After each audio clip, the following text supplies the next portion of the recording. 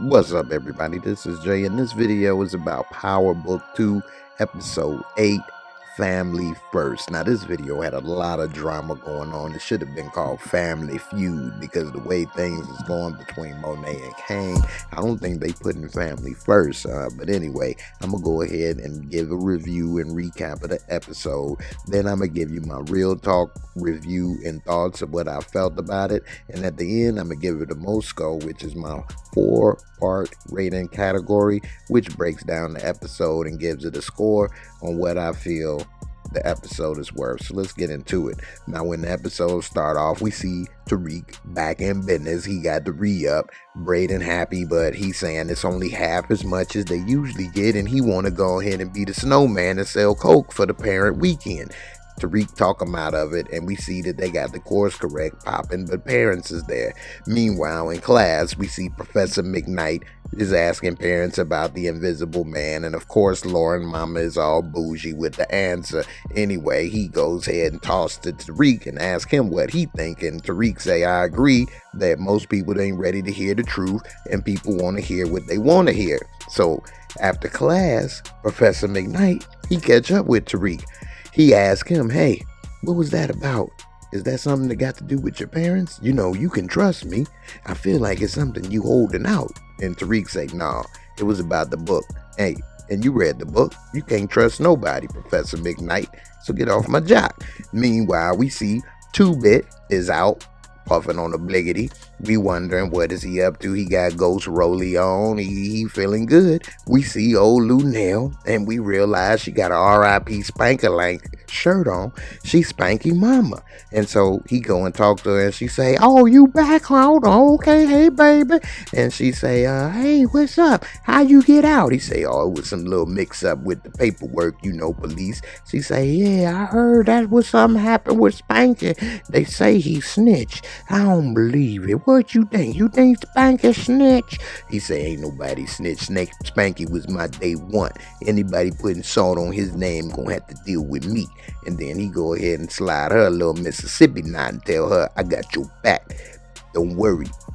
Ain't nobody gonna say nothing about Spanky no more now that I'm out. And so she go on give him a hug. He looked like he actually cared and meant what he said.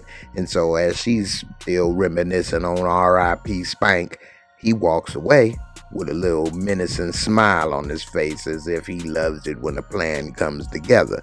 Meanwhile, we see Zeke, old freaky Zeke, coming back for seconds and thirds from Professor Sexy. He feeling good. Hey, Carrie. She said, hey, it's Professor Milgram here. You can't be just coming in here, Zeke. And he say, hey, I'm just nervous about the game. All these scouts gonna be there. She say, hey, don't worry. He say, hey, I might end up in the second round. I don't want my family to keep doing what they do. Meanwhile, we see Tariq, and as he was leaving, he bumps into Lauren and her bougie parents, and so they asking about lunch, and they throw a little shot about why his mama ain't there.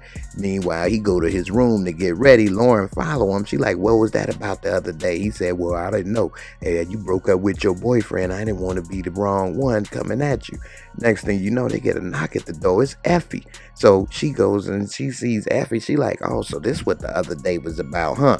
And he say, no, that ain't what it was. What you talking about? Effie laughing. So Lauren gets salty and she leave, and Tariq, he trying to explain, but she ain't want to hear it. So now he pissed. He like, dude, what is you doing here? I ain't serving. What is you up here for? She like, yeah, it's parent teacher weekend, and my school playing yours. We can make a killing. I'll go ahead and split it 50-50 with you. You just point me out. He say, I ain't in the game no more. You got to go. And he puts her out. Meanwhile, we see 2-Bit, and he's on campus at Stansfield, and he just so happened to bump into Lauren and her peeps. He asking, where's the freshman dorm? She like, you don't look like no parent. He say, oh, no, I'm looking for my little cousin, Tariq St. Patrick. You know him? And then all of them like, yeah, we know Tariq. He like, oh, okay. And she say, oh, okay, well, yeah, he may be busy, but yeah, the dorm is such and such. He like, oh, he ain't too busy for me. Meanwhile, we see Professor McKnight, and he meeting up with his boy about his book. He all geeked, and the dude like, yeah, I like this, man, but how's it end? You know, I can sell this drug dealing family, but how's it end? And Professor McKnight ain't got the answer. He said, you don't know yet. You better get it together, man. They want to know the whole thing before I pitch the book. Meanwhile, we see that Two-Bit and came to Tariq house. He like, yeah, you remember me, Tariq? I don't know, you look a little familiar. Next thing you know, he done yoked Tariq up and like he owe him money, which he do. And he says, hey, look, man, you owe me money, man. And Tariq like, I don't know what you're talking about. Did David say I was gonna pay you? He say, I don't know what David said, man. Ghost owe me money. He made a deal before he dead. Put the gun to Tariq's head. Now Tariq really done got scared. His damn eyes done damn near popped out of his head like Mr. Potato Head over here. And so now he done had a little wee done drip out, and he done scared, and he telling them, hey, look, I ain't got no money, man. I ain't gonna have no money in this. And he said, I don't want to hear your life story. Hey, look, man, I'm a reasonable man. I got you till tomorrow. And so he want 24,000 by tomorrow. He put his number in the phone, say, hey, you better hit me when I call. And so now Tariq scared. First thing he do is hop on the phone. We see who he called was Elvin. So he done hit up L-Dog, and he talking to L-Dog trying to get some money, telling him, hey, I just need a little bit of an advance. He like, an advance? Oh, he said 24,000. He said, well, I'm in trouble. In trouble? Should we get the law involved? No, it ain't like that. And so he say they may sue. Well, give him my card. So he calls Tasha and he say, hey man, I need to know, how can I need to work with somebody, but I don't know if I can trust them. Well, when your father cheated on us, I knew that I still need to do this, but how could I trust him? I decided to make him trust me instead. He said, did that work? Like a charm, baby. So now she done gave him some bad advice that he about to go and run with. Meanwhile, we see that Professor McKnight is sitting here reading Tariq's paper that he done talked him into writing. And Tariq's saying in the paper about how this woman then convinced him to get into canonical studies, but that she was a lame. And he just saw that and he just knew that he was the lame that he was talking about. And he broke that pencil because he want to break Tariq's little pencil. Meanwhile, we see Tariq is meeting up with Effie, and now he's coming at her saying that he want to go on in business. She like, so what changed? The other day you was just saying you ain't in it. Now what's up? He said, look, my mom, I need the money for the lawyer, and the reason I ain't mess with you is because I cared about you. And next thing you know, they kissing and starting to go on from one thing to another. And so she realized, that he got her back. She pull off his shirt. He had a gun. He like, I didn't mean for you to see that. She like, it's okay, Tariq. I got wine too. We good. And so then next thing you know, they both Bonnie and Clyde packing heat. Then went to the little drawer, pulled out the condom, and it's on. Tariq then became a man right before our very eyes. He walking with a little smile on his face down the street, got a little pep in his step, got a little something swinging to the left. But little did he know, Professor McKnight, Professor Poopbutt, was following him. And he followed him when he went to go meet up with Drew to re-up. And they just standing in the doorway talking about course correct, talking about DC Joe, just running their mouth, have no idea. And Professor McKnight was about to text Professor Sexy and tell her watch out, but then he got that text about the book and he decided he ain't gonna say nothing, as if he gonna let her just get set up. Meanwhile, Effie pops up at the room, they back lip lock, and she can't get enough of them lips. Them boys is, probably done suck the life out of her. And so now she got the stuff. She like, yeah, I'm ready, we can make this killing. And so now he in the window breaking down the game and telling her the customers and how to make the money. Next thing you know, we see her making hand-to-hand transactions, making the killing, selling and slanging, and it seemed like everything is all good between them. Meanwhile, we see Braden, his brother, and his family all at the dinner. Trace is drunk, high, he got a little nosebleed, the little booger sugar then started to run, and so now Braden is pissed, and he's wondering, where did he get this booger sugar from? And he asking his sister why his brother walking off bumping into people, tweaking out. He's asking her and she won't tell, so he's wondering who's got coke, because he's wanting to sell coke his damn self.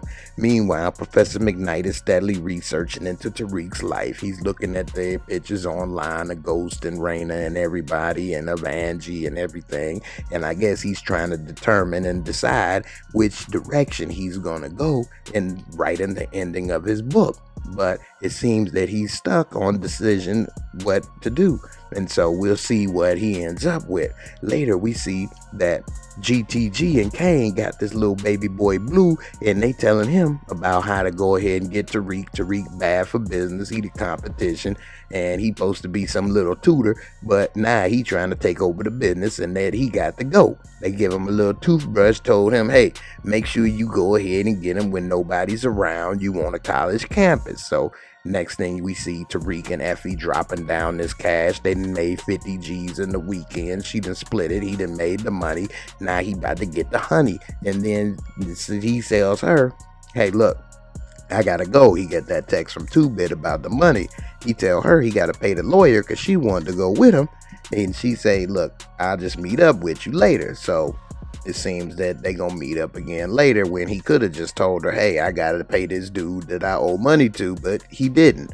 Meanwhile, we see Zeke talking with Professor Sexy outside, and then while they're talking, all of a sudden Monet walks up. And so Monet mean mugging, talking about, this the professor got you on probation. No, this is Professor Milgram.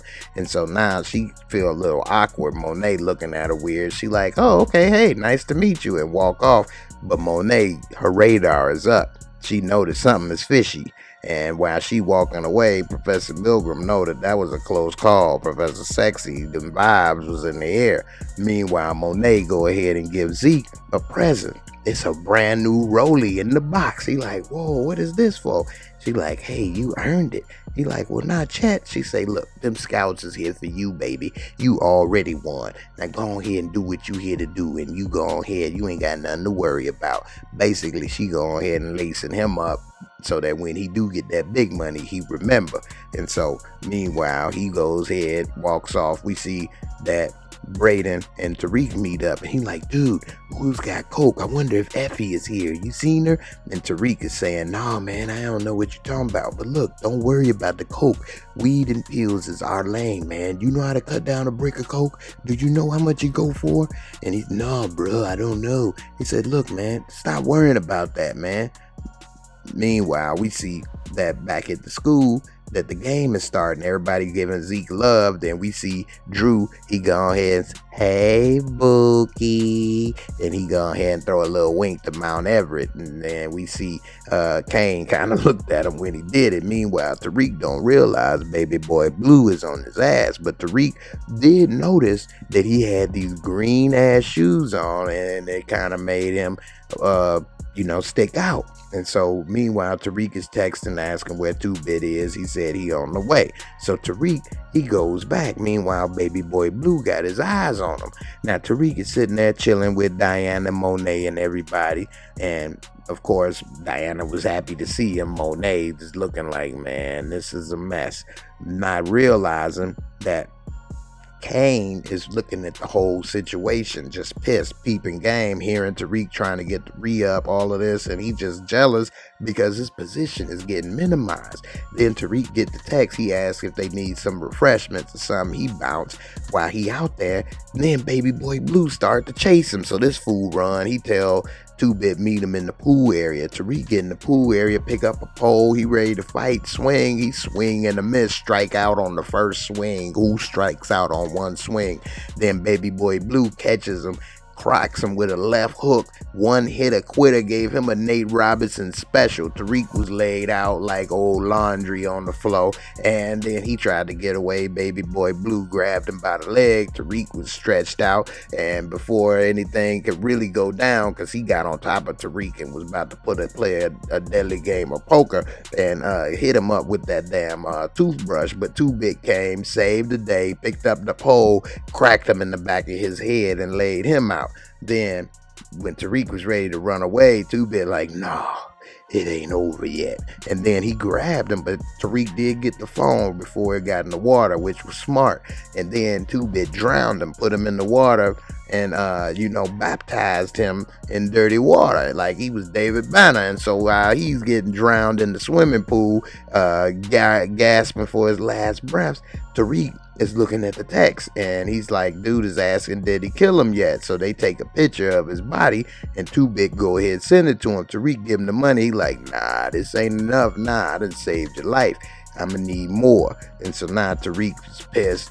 They end up leaving Too Big telling him to wipe his hands clean, and they leave dude floating like a turd that just won't go down. Meanwhile, Kane is shocked and surprised when he see Tariq walk back in there. He pissed, and Tariq is talking to Monet, and he's a little upset a little bit, but he play it cool. Meanwhile, we see that Kane is looking at the back of his head, and them waves look like he was about to smack a tsunami in the middle of them waves. All of a sudden, Kane get the text, and he say, oh, this is on you. I'm going to clip you. So now Kane is pissed. He goes, gets up and leaves, and he goes and calls and says, whoever this is, you dead.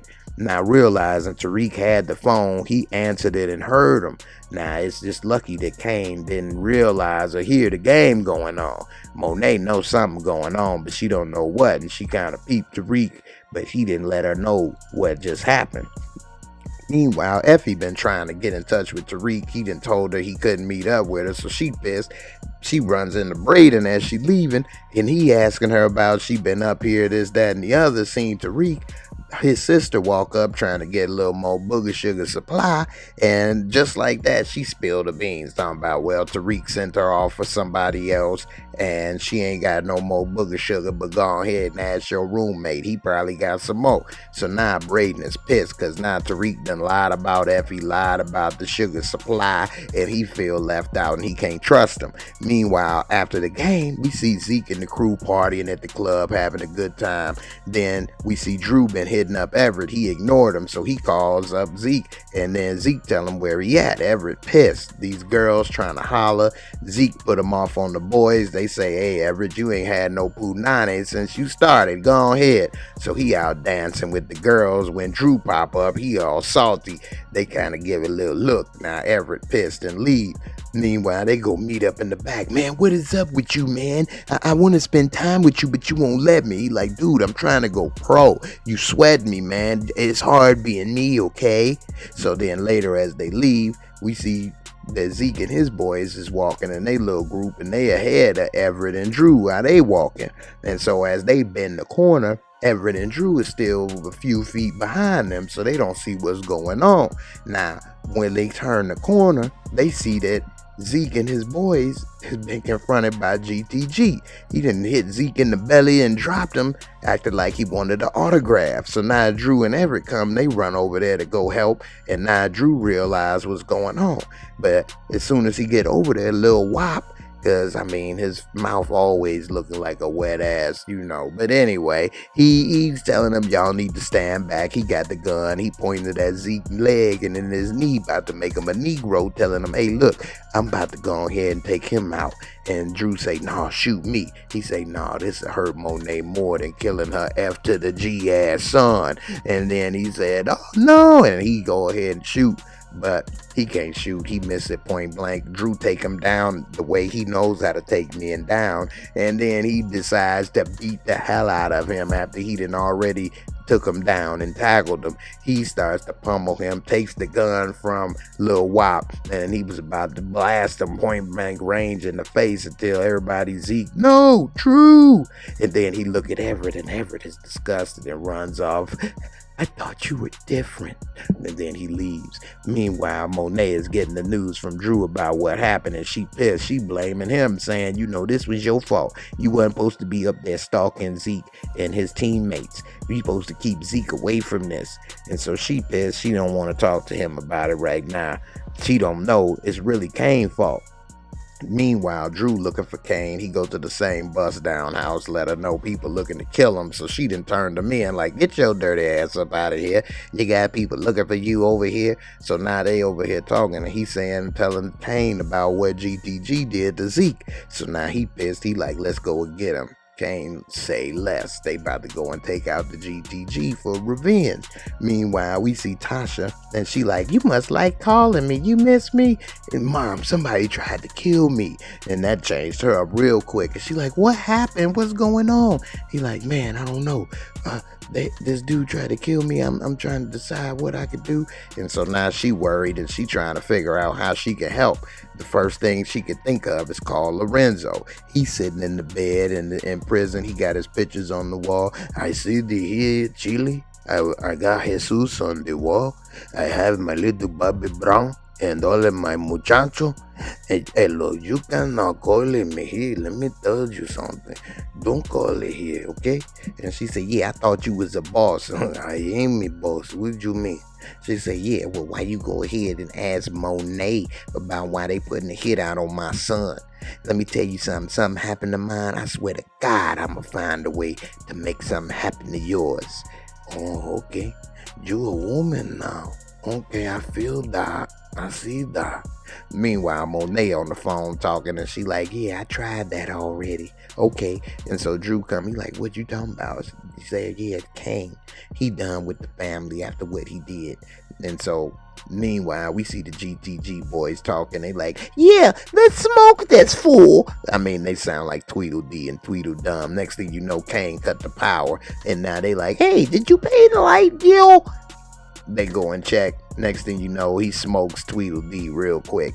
Now here come Tweedledum with the damn flashlight on his damn cell phone camera. Hey, what's going on over here? Hey, is it trouble?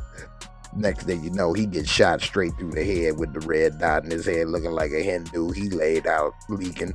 Nah, little guap, he don't know what to do. He just sprayed just the air. Ain't got no aim, nothing.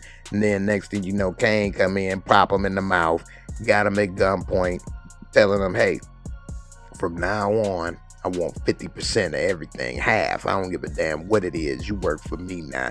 And now he done created a soldier. He needed somebody to have under him, and now he's the leader of a crew now, because he kind of had a feeling that maybe in the back of his head he can't work with Monet. Now we see Zeke. He tweaking, he's scared, he runs over there to Professor Sexy. She like, you can't be coming here, Zeke. Can I come in? He looking like Cuba Gooding from Boys in the Hood. Meanwhile, we see Kane. Now he trying to come in. We saw the first guy did get in. Professor Sexy let him in. Kane trying to come home. Diana, dirty Diana, won't let him in. She said no. And he like, what's up? And she said, you went against the family, Kane. I can't let you in. Monet said no. He said, what, y'all choosing Tariq over me? It ain't about that. You went against the family. You can't do that. And so now he like, it's hot out here. I need to come in. I took out them dudes that did that. And so she slide him a Mississippi knot and closed the door. And while he outside, he look up and see Monet, and she just closed the curtains on him like one of them Mary J songs. Love don't live here anymore. And he just sit there and look. He's salty. He got to spit on the ground because he pissed. And he cursed basically the ground that they in. Meanwhile, we see Braden chilling. He playing the little game in the zone. Tariq come in like, bro, where you been, man? I've been trying to contact you, man. You ain't answer. He like, yep. He's like, what's going on? He like, look, dude. You didn't tell me about Effie. You didn't tell me about the coke. You probably crashed and hit up in here and didn't even tell me it stink. What's up? Man, my mom lawyer, I owed this money. He like, man, whatever, man. You could have came to me at this. He like, I didn't tell her nothing about our business with the app. Run the app with her. I'm done. So now Tariq is done. He ain't got no business at all right now, so he hop on the phone.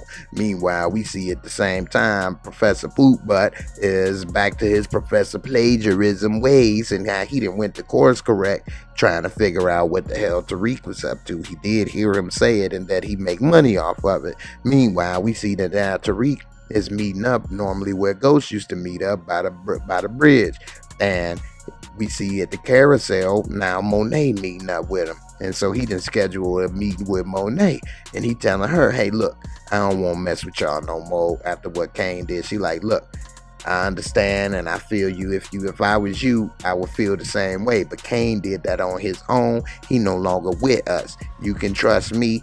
And look, if Kane come at you, this the streets, handle your business.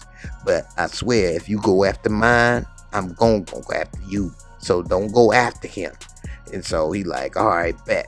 And so they like, all right, so when the next re-up? She like, I just got another shipment the other day. And so it seemed like they back in business and they got an understanding, and he agreed he ain't gonna go after Kane. And she said, if he come after you, handle your business. Now it's time for real talk. Now, this episode, I actually liked, is one of my favorite episodes of the season. I like that it was a lot more grime and grit to the show with 2-Bit. I enjoy having him on the show. It seems that he's closer to an authentic character and closer to who he's playing than a lot of other characters, and it was good to see him come and save Tariq ass, because we already know Week WEAK was about to be a goner, and 2-Bit actually saved the day. But I think that it's going to be a problem for Tariq in the future, because there's nothing he can do with 2-Bit, and if 2-Bit's going to keep asking for more and more money, he's never going to be able to pay his lawyers or anything. Also, what's up with this Effie? Who is her connect? How is she getting this much product, this much work, and able to split 50-50 with him just for pointing out the comment? I'm wondering, who is her connect? We got to find this out, and I'm going to make a video in the future about it. Also, Monet, I think she made a major mistake by cutting off her right hand, which was Kane. Yeah, he made a mistake, and yeah, you may not really want to trust him, but you got to keep your friends close and your enemies closer. And although he ain't an enemy, she just made him an enemy, because now he's going to be a competition in the dope game, and she has no idea what he's doing. Whereas if he was in the house, she could have still known what he was doing and had some type of influence. And also, I like to see when Drew was fighting. Yeah, he may be gay, but he ain't no punk. I mean, he is used to dealing with men on a regular basis, and he did beat Little Wop ass. And so it was interesting to see that Monet was wrong for blaming him for what happened, because she didn't even know what the reason was. And actually, Lil Wop was going to be there regardless of whether Drew was there or not. So it actually was a blessing that he was there, because if he wasn't there, then Zeke would have been a new Negro. Also, I want to say I was glad to see Lunel. That's my girl. She didn't have that much meat on the bone for her part, but it's always good to see Lunel, and she funny. She got the R.I.P. Spanky. I wonder if she really realized that 2-Bit ain't worth 2-Spit, and he the one that set him up. I know she don't know it now, but that's kind of messed up that 2-Bit can smile on her face and do that. He an evil little dude. Now, it's time to give Mosco. Now, the Mosco is the 4-part rating score that I use to rate an episode.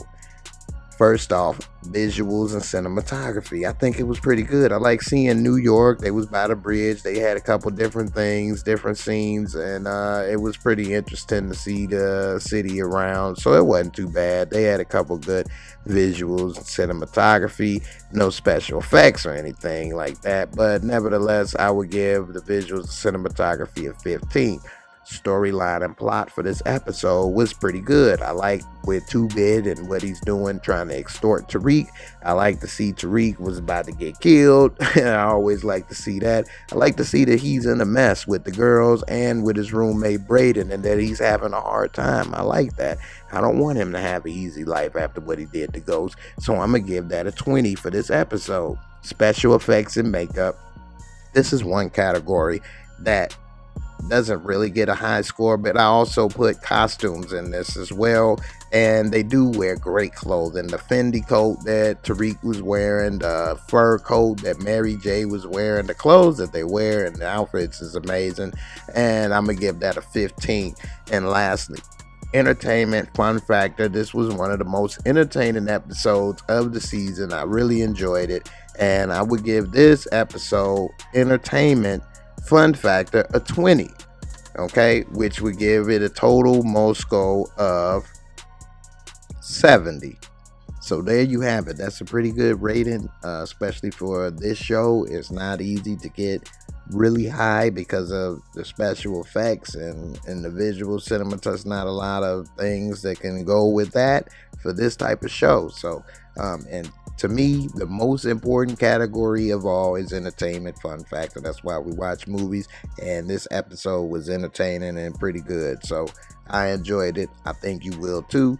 Don't forget to catch me every Friday and Sunday live, talk about power and every other shows. Don't forget to subscribe, hit that like, and I'll see you on the next one. Peace.